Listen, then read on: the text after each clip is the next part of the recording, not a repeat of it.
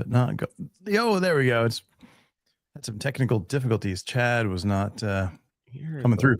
All right, guys. It's Wednesday, June 25th. We got a bunch of stuff to cover today. We got Corey Connors, host of Sustainable Packaging Podcast. Where are you? From North Carolina, heading to Dallas. Oh, you're heading to Dallas. You're heading to Dallas. Yeah, for the Packaging Recycling Summit. But you live in Oregon. How Yeah. do you have a layover in North Carolina? Oh, TBD. I'll tell you more later. Man, that's crazy. Dun, dun, dun, dun, dun. Exciting news coming. Oh, and then we got our buddy Adam, the Mouth Peak. I know him. Host of People of Packaging Podcast. Where are you off to on your pirate ship today?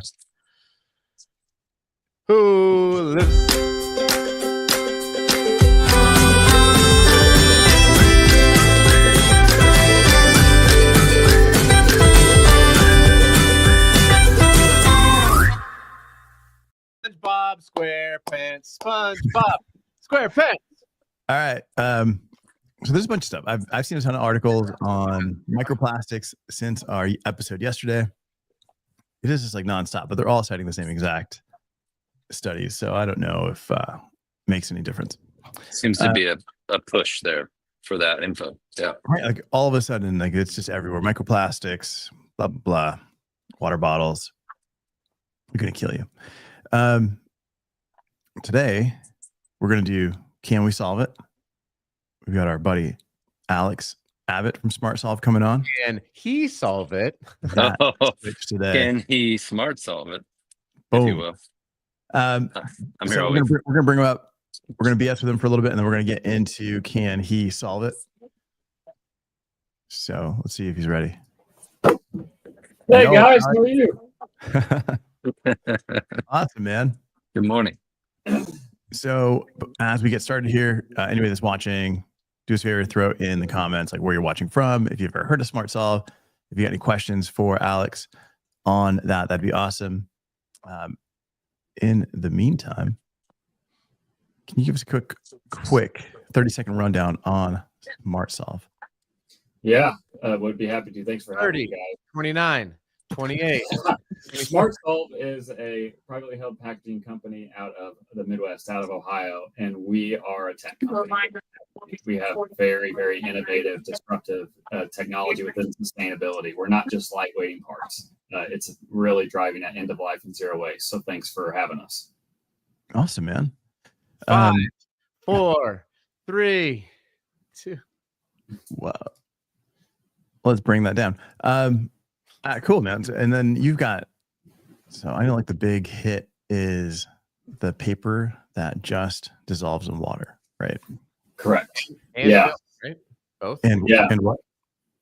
So we started out with and still have water soluble paper. So just base paper that dissolves in water. It's completely gone. It's biodegradable. It's flushable, toilet sink, and biodegradable on its own. But to that, we are adding a patented technology that allows us to combine that paper with any and all bioresins. And that's launching us into becoming a flexible packaging substrate provider, really in earnest January. So right around the corner.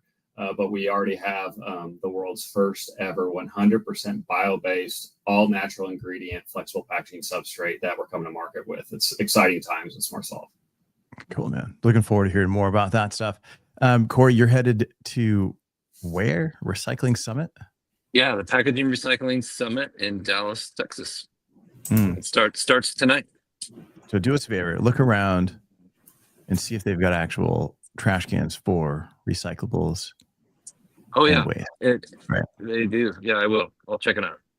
That's usually Dallas the one. or the North Carolina airport, because the airports are always a bit of a train wreck with recycling. If you ever go, North Carolina is a great system. I've actually checked out all their bins, and they're very clearly marked. I'm impressed. Have you taken off your shirt and spun it around your head like a helicopter in North Carolina? I did. That was part of the security process. I had to. Amazing reference, Adam. That was wild. Yeah, it was fun. Spin around your head like a Unbelievable. Amazing. It's like he's got him like just at the ready. He's dating himself immediately, but how that's still in his brain is rather peculiarly fun. So, It's a little bit ridiculous. yeah. It's a little bit funny. Corey, we said yesterday that because they do everything bigger in Texas, that they don't have microplastics there. They have microplastics. They're all covered in barbecue sauce, which, it helps. It does. Yeah. It does. So, all right. So one of the things that we do, I think that happens is if you're in packaging, so I would assume the three of you guys, and Brandon Gomes, correct me if I'm wrong, Brandon, but I'm assuming that you do the same thing. Hugh, what's up, buddy? I think you do the same as well. Spin around his head like a helicopter. Yeah. Is if you look at our phone photo roll, there's probably a ton of packaging photos. Yes. At this point, my family doesn't even care. They don't even acknowledge it. Right. I'm sitting there taking pictures of packaging. I'm pulling packaging off the shelf. At the beginning, they're like, "What are you doing? This is embarrassing. People are looking." My wife gets frustrated because she doesn't know if the Amazon orders are for our family or I'm just examples. So same. So I thought I'd just kind of share some of the pictures that I've got on my photo roll, and then it'd be great if you guys have put photos on your rolls. We can share it, in upcoming episodes. But I just thought this would be kind of interesting. We're gonna share some pack pics. Yeah, some pack pics. Calling the segment off the shelf. I would have gone with pack pics. Yeah, we'll change that. We'll change it to pack pics. These are pretty awesome. In celebration of the Jaws 50th anniversary, this was pretty cool, right? They had a sticker on the back of the bottle of the shark, the Jaws, just like the poster, and then right at the water level, they've got, the swimmer. So pretty cool. And if you lined them, if you took the time as a packaging person and aligned the labels, you got like a full shark, which was pretty insane. I have a feeling you did that, Avelio. Probably. Maybe. Yeah. Nice work. That's cool. Really cool. No, it's insane. Like this is the drink wasn't, I know, it was like a coconut liqueur or something. Not something anybody's into. Should have been a Bloody Mary. You wouldn't be able to see through it, but I like it. Brian, do you have pictures on your phone? Brian Franz, of packaging? Because again, I think we all do. Then I saw this at the grocery store. Have you guys seen this brand? Yes. Okay, Corey. It gets a lot of traction. People don't like it or they love it. Haven't seen it. So just looking at it without looking too deep, like what do you think this product is? It's like a dish soap or something. Interesting. Alex, what do you think this is? I would say it's a powder, probably a nutraceutical or like a coffee. Yeah, it's a brand of coffee, and it's got this heavy duty plastic molded plastic form, and then inside I believe is a metallized film bag. It was interesting because it's like right next to all the other coffees, which come in, like a standard pouch, like a coffee does. Yeah, Brandon says it's hand cream, but yeah, it looks like it's some kind of pharmaceutical. It looks like, I don't know, like happy pills. I don't know. It doesn't. It's cool branding. It looks neat, and it's design wise, it's interesting. But from a category, it loses all category cues, which I think. Yes. I went on LinkedIn, and I didn't realize that people were so passionate about happy packaging, coffee packaging. I took a picture of it in the wild, not just like divorced from its context. And on the shelf, I was like, "This is great packaging. It's a pattern interrupt. It draws your eye because you're in the coffee aisle. You're looking for coffee." And that was the first thing I noticed. I was like, what is this? And I picked it up and I looked at it and I was like, that's kind of cool.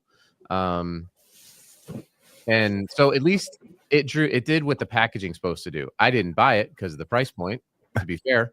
But it's twice the cost of the other coffee next to it. It wasn't twice it, but it was enough. It's 4 times the cost. I don't know that I want to try this right now. Is it reusable? Yeah, you could put your hand Dentures. cream in there. You could buy some Venus lube and squeeze it in there, and then just dip your Yeah. hand. It seems like or they your want you to leave it on the counter. Is that the intention, you think? Probably. Probably. I don't have counter space. Yeah, I don't need to put happy on my counter space. But they don't sell like refill. Like they don't sell the refill component. They just sell another bit of this. Yeah. Right. Yeah. So yeah, and you're 100% right. Pattern interrupt. I was walking down. I saw the coffees. I saw this thing. I'm like, what the hell is this? I grabbed it, took a picture of it, put it back, walked away. Not buying this. Personally, wasn't buying this. But there's somebody out there that this is for, but not me. Yeah. Yeah. Here's like a clear picture of what that looks like. That's dental floss. It looks like dental floss. From that angle, dental floss. Yeah, like 100%. Makes my gums happy that I floss twice a day, except for not. What is happening? This is not real. No, that's not good. This is AI generated. Avelio made this with Chad or whatever. Yeah, Chad and I made this. This is a sardine flavored Kit Kat. You're so ridiculous. Walking down the aisles of Cost Plus Market. There's a whole display of Fishwife, which does amazing packaging, and there's like a full display of Kit Kats of all the different flavors. And why not marry these two in packaging? Yeah, Richard says, how well would this stand out on shelf? I think it'd stand out pretty good. Yeah, it'd be disgusting. Yeah. The sell-through would not be good, but it would stand out. Yes. But it could be, the sell-through could be amazing if you're gifting this, right? Yeah. Great white elephant gift, right? Yeah. Right. But kind of gross. There's a ton of Lay's. I'm gonna kind of flip through some of these guys. Roasted garlic oyster flavor. They all kind of have the same look, feel, but what I did like about these was the color and the photography.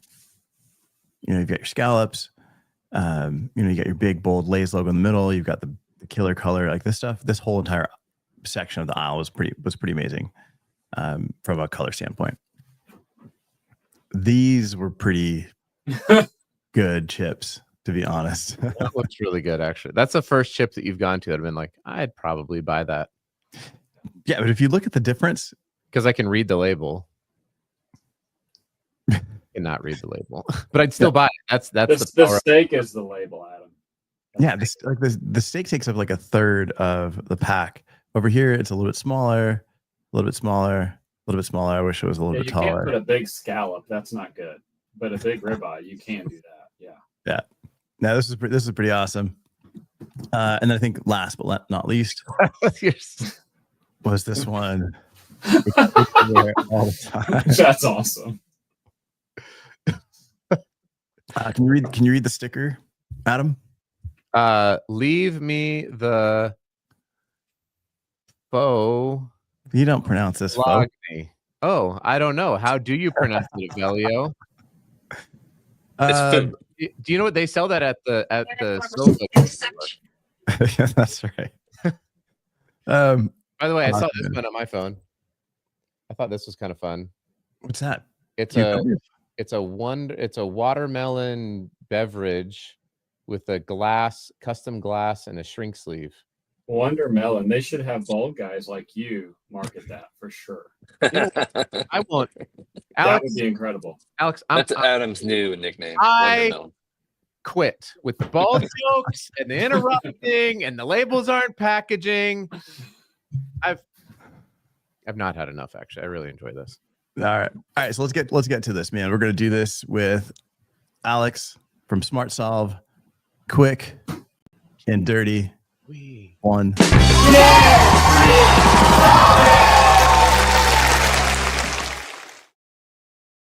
Yo, thanks for the applause, everyone. Forgot to put my glasses on. All right, Adam. Let's Alex, kick off some first questions. question that I was at an event and I was like, have you guys heard about SmartSolve?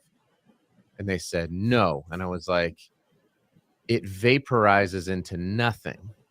I didn't say that. But the question that I got asked was, where does the poo go? Like, what does it turn into? when it dissolves into water? Because the question, the person It doesn't told dissolve me, into water. well, I mean, It dissolves in water. dissolves, Don't use technical terms for me. dissolves in the water. What, like, actually does it turn into when it's in the water? It doesn't just disappear into nothingness, right? It turns into something. What does it turn into in the water? Yeah, great question. Thank you. So the material does not evaporate. It's not magic, unfortunately. But what it does is it comes apart into very small wood pulp fibers. So the material ultimately is wood pulp from an FSC certified forest. So when it comes in constant contact with water, it comes apart, it breaks apart and dissipates into very small pieces that are very movable and flushable. So there's 2 points. One, you're getting a wood pulp material, and the other is it's not gooey or clumpy. It's very movable, and that's why we pass the highest flushability standards that exist in the marketplace. And then if we happen to, with other technology, we will also coat the material, and that's done with all natural ingredients. So those also do well in water. Great question. Thank you. But all right, so if we're looking at it, we're looking at wood fibers, right? You've got all these little strands of fiber that are coming together.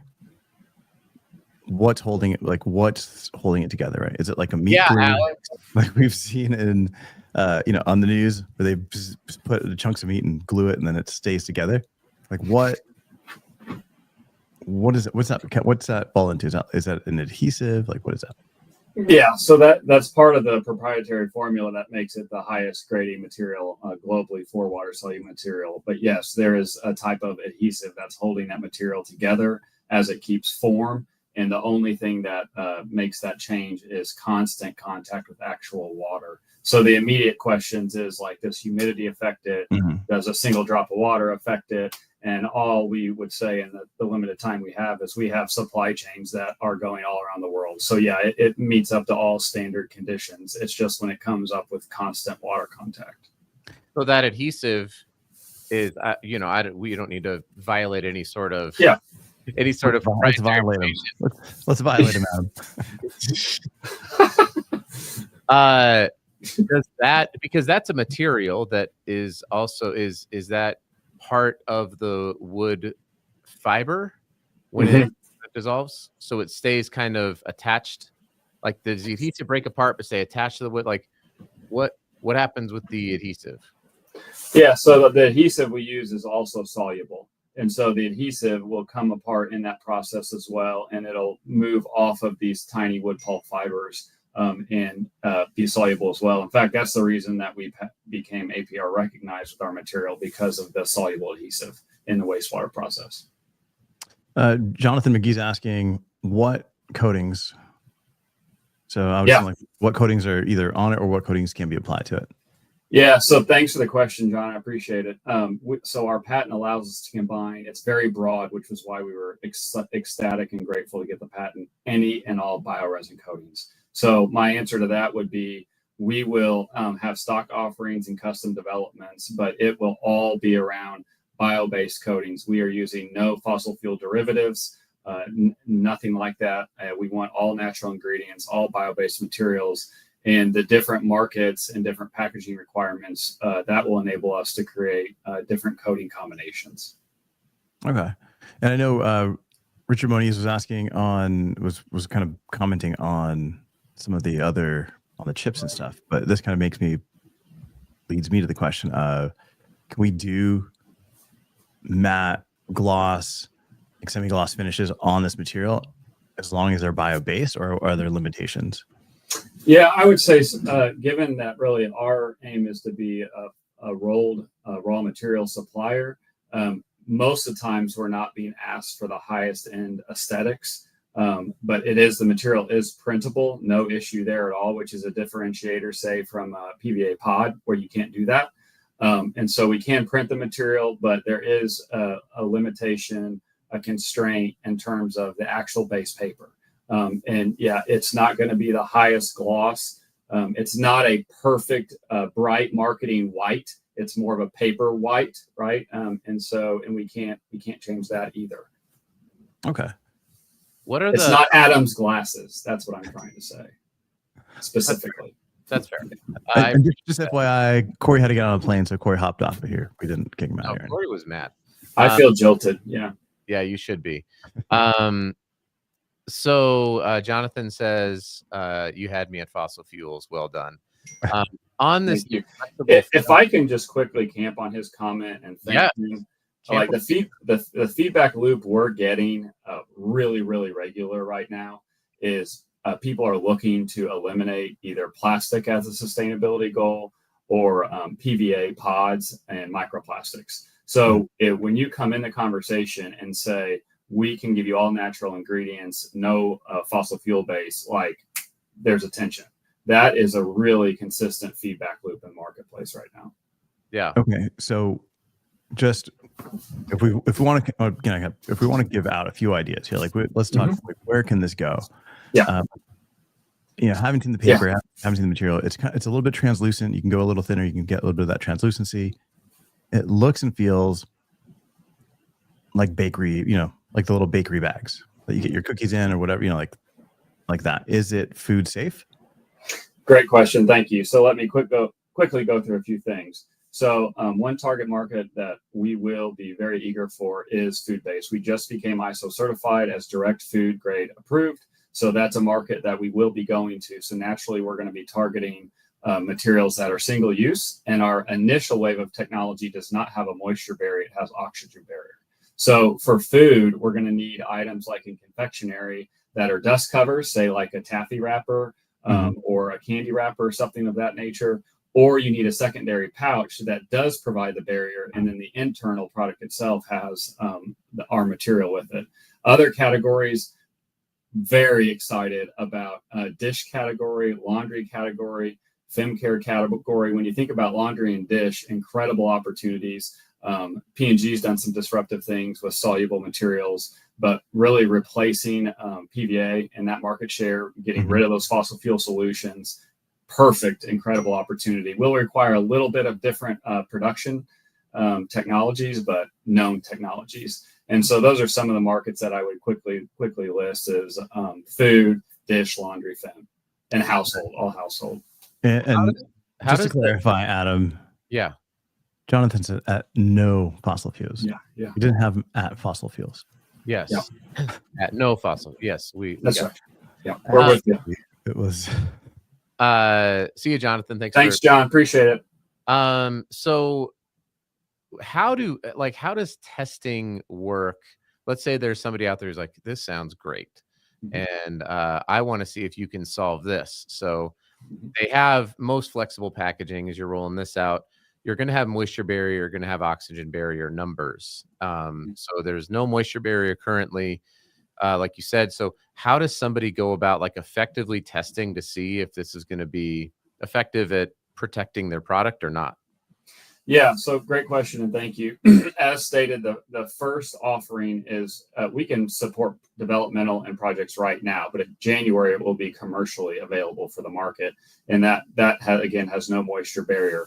We are developing moisture barrier. That is the go forward. And so if brands say, hey, I get your technology, I understand the vision, it's what I need, we want to begin developing with them towards what they need. And obviously the first thing that people talk about is shelf life, right? Do you need 12 months? Do you need 24 months? And so we begin the conversation around just bare bones metrics of what are the hurdles that your brand has to meet.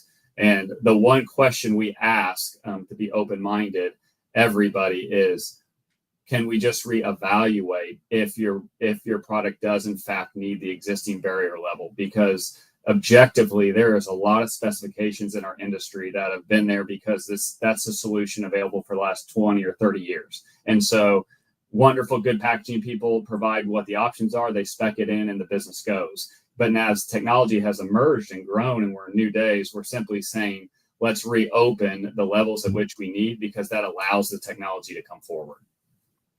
Yeah, and that's a great point. I think no matter what kind of packaging you're working on, what product you're doing, you always have to reevaluate. Like, do we really need this level of protection? Do we need this level of whatever? Whether that's moisture, whether that's like, if we're looking at corrugated, do we need that level of ECT? Like, what's the reality? Like, what are we paying for, and what do we actually need? That's right. Yeah, that's right. That's wrong. Next question Elio asks, Alex, can you just say terrible question? And I want to talk to you again. I typically save that response for you, Adam. That's kind of. I know, but I would like for you to kick it over. Okay, To fair you already mentioned me for being bald. And if you recall, in the Bible, 40 young men called a guy bald, and he sent 2 she-bears to destroy them. So just be careful to bald people. Real quick, Gatham Gula is asking, how do you become part of the packaging community? You'll just join us here every day. Here. Comment, let us know, share this content, and we're here to answer your questions or share what you're working on. Velio, is that your burner account on YouTube? That is my. No, so like, all right, so you've got food, bakeries, like an easy lift, candies, that type of stuff. Then you talk about femcare, and in that case, I think you're doing the wrappers of tampons. Yes, we have an existing case study of a day, DAYE, of tampon wrappers. We were the first water-soluble tampon wrapper ever launched globally. That's a big deal because femcare after food waste is one of the largest packaging waste offenders in the world. So anything we can do to move the needle on femcare is a big deal. But we're being looked at for also sachets within femcares, and then also building a specification around backing requirements, potentially other options. And so it's a big opportunity there. And typically like that, like the wrapper is plastic. It's like a metallized film. Like there's all these, it looks like a Pop-Tart, right? Like there's all sorts of stuff. But you're in the bathroom in terms of application. That's something you can easily take off, drop in the toilet. Exactly. Yeah. And really, in that case, it's the privacy, the sound actually is one of the largest things in that world, because you want that sort of privacy when that consumer process is happening. And our paper's done very well with that. But if you know that world, that is a huge consumer requirement. Yeah, no, that's excellent. And what about the tubes themselves? The applicator, is that something that you can get as that thick of a material to dissolve, or is that just thick? That would be kind of outside of our scope at the moment, for sure. Yeah. But all the exterior wrappings are a really, really good opportunity. Killer. Yeah. So, can you integrate any other type of material into the paper? So like a soap, like a shampoo, like that kind of thing. Like I use, I don't know, like those paper washing machine sheets for washing. Like, are you able to incorporate that stuff, or is that something that you don't do?